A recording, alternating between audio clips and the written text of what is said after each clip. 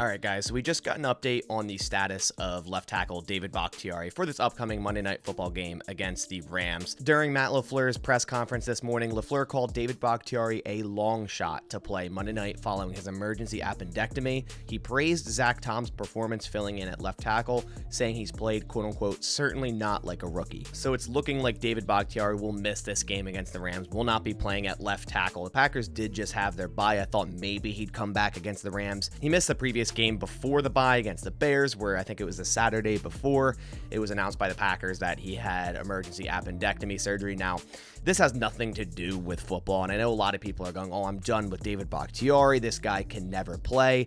And in regards to the whole ACL situation, I understand the frustrations, but when it comes to something like this, an appendectomy, I mean, this has nothing to do with football, and this can happen to anyone. His history of injury concerns regarding football has no relation to this. So to hate on a guy for not being able to come into a high intensity sport right away after having an appendectomy, I think is a little odd. And for all the people saying, oh, they need to move on from David Bakhtiari, first off, they really cannot. I mean, they couldn't even cut him right now if they wanted to. They would receive $34 million in dead money and also lose $21 million off their cap. And even next year, if they were to cut him in the offseason before June 1st, $23 million in dead money, and they would save around $6 million off the cap. So Bakhtiari, I think, is going to be here at least through 2023. That much is obvious. So the whole move on from David Bakhtiari or trade him to another team, it's just kind of unrealistic at this point. Not to mention, David Bakhtiari this year has been the best Packers offensive lineman. Now, given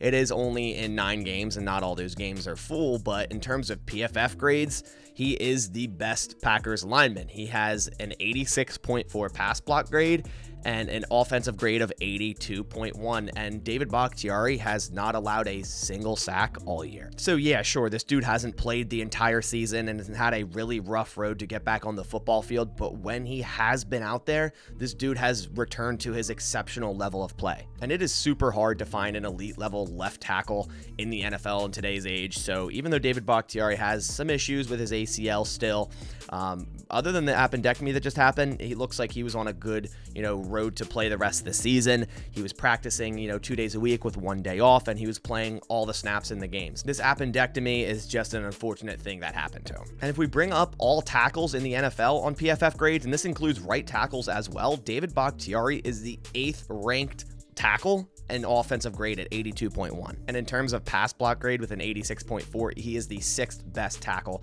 via PFF. And if you cut it down to just left tackles on the year, he is the 5th highest graded left tackle. So yeah, I definitely do not agree with the whole get rid of David Bakhtiari thing. Let's just hope he'll be ready to go next week against the Dolphins Sunday on Christmas. Yesterday, the Packers also did activate tackle Caleb Jones off the NFI list. Yesterday was that last day they were able to do so.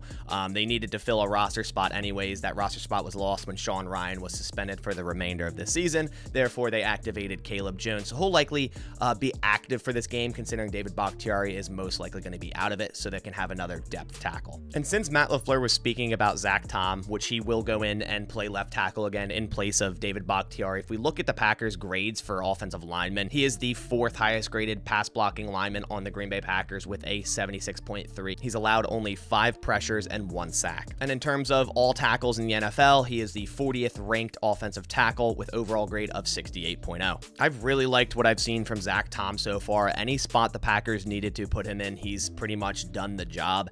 Like I said in previous videos, this guy reminds me of an early age Elton Jenkins. So if the Packers struck gold again in the 4th round, which it seems like they always do with offensive linemen, I mean, the same was with David Bakhtiari. I believe TJ Lang was a 4th rounder. Josh Sitton, I believe, was a 4th round. There's a ton of history of 4th round, even just late round in general, offensive linemen on the Green Bay Packers that have just been to all pro levels afterwards. And I think Zach Tom will be that guy. Who knows what his official position will be when everything's settled down and the Packers have a healthy offensive line for next year. Who knows if that'll be right tackle, if that'll be one of the guard spots, because I do believe, like I said, David Bakhtiari will be back for at least 2023, and I think you need to have Zach Tom on the offensive line regardless, because this dude is a really good lineman. So I think going into 2023, this dude needs to be a starter, maybe at the opposite guard spot of John Runyan, then Elton Jenkins sticks at right tackle. That's what I see most likely to happen. But that about does it for this video. Just some quick news on the whole David Bakhtiari appendectomy situation. Likely will not play this Monday night game against the Rams, a game where the Packers obviously have to win. They have to win out to have any chance at the playoffs. And right now they're sitting at around 6% chance as it sits right now to make the playoffs. A lot has to happen other than the Packers winning out. If you want to go watch all the circumstances and situations for that to happen, I made a video earlier this week. Just click the link right above. And also, if you are new here and want more Packers news, analysis, and updates, make sure to go down, hit that subscribe button. It supports my channel a ton, and then leave a like on the video. But I'll catch you on the next one. Thanks for watching, and as always, go Packers.